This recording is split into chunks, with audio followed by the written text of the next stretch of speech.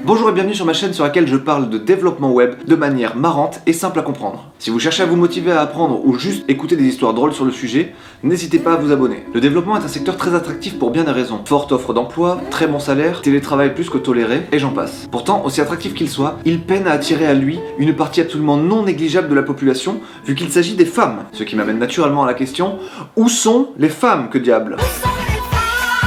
Eh bien c'est exactement ce que nous allons voir juste après le générique.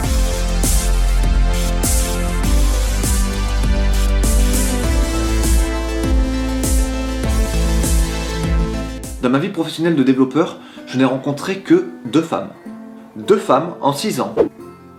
En creusant un peu plus loin dans ma mémoire, je me suis rappelé de mes années d'école d'ingé et je me suis rendu compte que finalement ces chiffres d'aujourd'hui ne sont pas si déconnants que ça dans la mesure où, sur une promo de 95, il y avait 5 filles.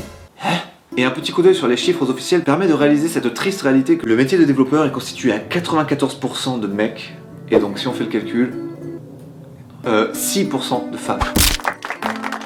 Nous allons voir pourquoi le développement est une activité tout aussi attractive pour les hommes que pour les femmes, et puis en suivant je dévoilerai des pistes qui permettent de comprendre peut-être pourquoi on pense l'inverse de nos jours. Mais tout d'abord, pour nous rassurer, voyons quelques exemples de femmes dev épanouies dans leur métier.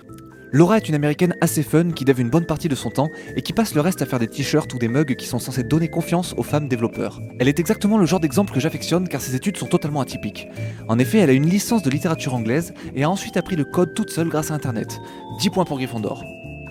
Laila est une développeuse française, lead dev chez Mademoiselle. 7 millions de visites par mois, quand même. Imaginez un bug sur son site. Quelques minutes plus tard, ce bug se retrouve sur 7 millions d'écrans. Voilà ce que c'est son job, créer de nouvelles fonctionnalités en évitant un maximum de bugs. Elle s'occupe de la supervision des sites de Mademoiselle et passe le reste de son temps à participer à des meet-up ou à aider les autres développeurs sur des sites d'entraide. Outre le fait qu'elle soit une programmeuse hors pair, Jade n'est ni plus ni moins que la directrice générale d'Ubisoft Toronto, à qui l'on doit les merveilleux Assassin's Creed. Ludwin, développeuse française, quitte les maths pour se mettre au code et résoudre des problèmes plus concrets. C'est le grand amour et très vite elle se demande pourquoi les femmes sont-elles si peu représentées dans ce domaine. Elle lance alors le site Duchesse France qui est un gros coup de projecteur sur les femmes dans la tech pour leur rendre ce milieu plus attractif. Ces femmes épanouies sont l'exemple même que le métier de développeur n'est pas réservé qu'aux hommes. Le dev c'est fun, le web ça l'est encore plus. Il y en a pour tous les goûts. Il y a le front d'un côté, peu cosmétique, c'est pour les personnes qui vont aimer le design, le motion design et puis toutes les belles choses de manière générale. Et de l'autre côté, le back, plus fonctionnel, plus pour les personnes qui aiment comprendre et s'occuper de la machinerie derrière un site internet. Chacun peut trouver son compte dans l'un ou l'autre des domaines. On appelle ça alors un développeur front-end ou un développeur back-end. Et si, comme dans mon cas, on fait les deux, on est alors un développeur full stack. Quand je parle de web à des femmes, je me rends compte que la plupart d'entre elles sont très intéressées et manifestent pour la plupart plus d'intérêt que peuvent le faire les hommes. Mais pour je ne sais quelle raison, hélas, elles n'osent pas s'y mettre.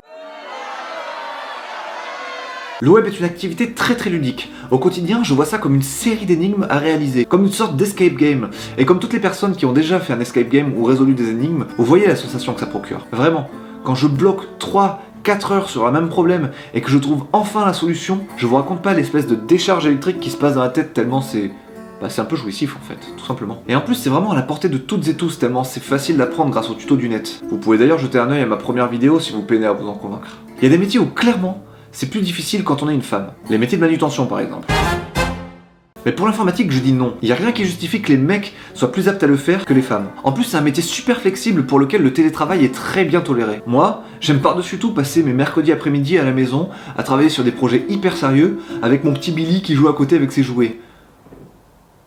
Non, je rigole, j'ai pas d'enfant en fait. Mais c'est tout à fait le cas de mon mentor qui se reconnaîtra. D'ailleurs, grosse bise chulo et merci pour tout ce que tu m'as appris jusque-là. Aussi, et même si c'est pas l'argument que je préfère mettre en avant, c'est quand même un métier qui paie très bien.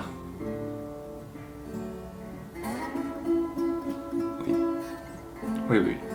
Alors si c'est autant attractif, tentons maintenant de trouver où peut se situer le bug, parce que trouver les bugs c'est un peu le métier aussi, hein.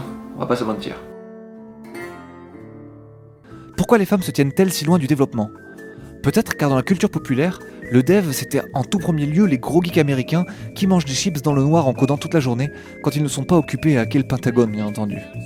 Ou peut-être parce que dans l'inconscient collectif, les femmes sont dénuées d'esprit pratique et de sens logique, ce qui est évidemment faux. Salut Norman. Pourtant, de nombreuses études montrent que si les filles se dirigent moins vers des disciplines scientifiques, c'est parce qu'elles seraient persuadées de ne pas faire aussi bien que les garçons. Ce qui est complètement aberrant car selon d'autres études encore, les filles obtiennent de meilleurs résultats scolaires que les garçons, toutes matières confondues. Qu'est-ce que c'est que ce bug qui devient de plus en plus obscur ? Les idées reçues changent le cerveau des femmes. 2 chercheurs du CNRS l'ont prouvé en menant leurs recherches avec des cas pratiques. Face à des centaines d'élèves de 2 sexes en classe de 6e et 5e, en cours de maths, les chercheurs leur ont demandé de réaliser une figure en présentant l'épreuve comme étant de la géométrie pour un groupe et comme étant du dessin pour le second groupe. Résultat, les filles du groupe géométrie ont fait un score inférieur à ceux des garçons, alors que le résultat s'inverse dans le groupe dessin, où les filles remportent la palme. Ce qui veut dire que pour faire exactement le même devoir, si tu dis à une fille que ça va être mathématique, elle fait de la merde, alors que si tu lui dis que c'est un truc normal, elle pète le game et de loin. En conclusion, on peut dire que la seule idée de devoir mobiliser des compétences mathématiques déstabilise les filles. En tout cas, des études comme celle de nos 2 chercheurs prouvant cette théorie, il y en a des dizaines. Cette déstabilisation mathématique dans la tête des filles peut peut-être tenir ses racines dans notre plus tendre jeunesse. En effet, dès le plus jeune âge, les enfants font face aux stéréotypes de genre et sont formatés à ne faire que telle ou telle activité selon leur sexe. Les Action Man pour les garçons, les Barbie pour les filles, vous voyez le genre. Mes amis, il n'y a qu'une seule solution pour mettre fin à ces clichés, l'éducation. Les femmes ne devraient pas avoir peur, même inconsciemment, de se confronter aux différents stéréotypes imposés par notre société. Dans la première partie, je pensais vous convaincre de nous rejoindre dans ce métier en vous avançant que pour une fois, les salaires étaient à peu près kiff-kiff. Et je pensais qu'ils étaient kiff-kiff. Même si les écarts entre les 2 sexes sont un peu moins grands que dans les autres domaines, ils sont toutefois présents avec une différence de 8,5% entre les deux. Ne vous inquiétez pas, je compte pas laisser passer ça. Je vais faire une petite vidéo bien sentie destinée aux patrons de France pour remettre les points sur les i. Et vu ce que je pèse dans le YouTube game, ils vont être obligés de me tendre l'oreille. On va arranger ça. Une plus grande mixité des sexes ne peut apporter que de bonnes choses et des visions différentes pour résoudre des problèmes. Plus nous, les hommes, ferons confiance aux femmes, plus le champ des compétences s'élargira et plus nous évoluerons dans un milieu sain et égalitaire. A bientôt dans ce monde-là. Petite question du jour, réponse dans les commentaires. Qu'est-ce qui, selon vous, éloigne les femmes du développement ? Partagez cette vidéo si vous l'avez trouvée intéressante et que vous pensez que ça peut encourager des femmes à se mettre au développement. Et bien sûr, abonnez-vous à la chaîne si vous voulez d'autres vidéos de motivation sur le développement et si vous voulez d'autres anecdotes assez drôles sur le web. Allez, ciao!